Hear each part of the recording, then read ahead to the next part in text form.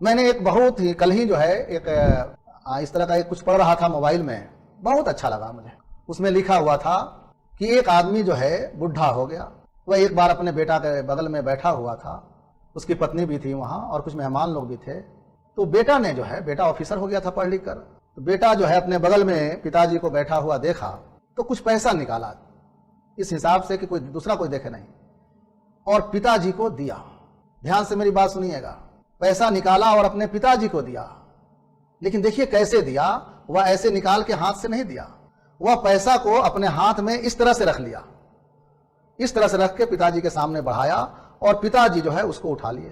तो ये आदमी जो बेटा जो पैसा दिया, सोचा कोई देखा नहीं, चुपके से दे दिया। लेकिन माँ जो बैठी हुई थी बगल में वो देख ली, तो माँ देख ली और माँ जो है कड़े शब्दों में बोली बेटा से कि तुम फिर से पैसा दो पापा को।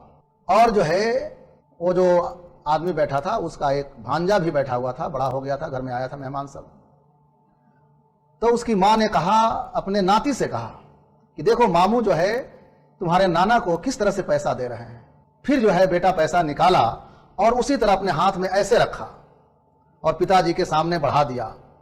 पिताजी उसको उठा लिए। तो उस पर माँ ने कहा कि तुम ये बताओ हमारे नाती को कि तुम उस तरह से पैसा क्यों दिए, ऐसे क्यों नहीं दिए पैसा।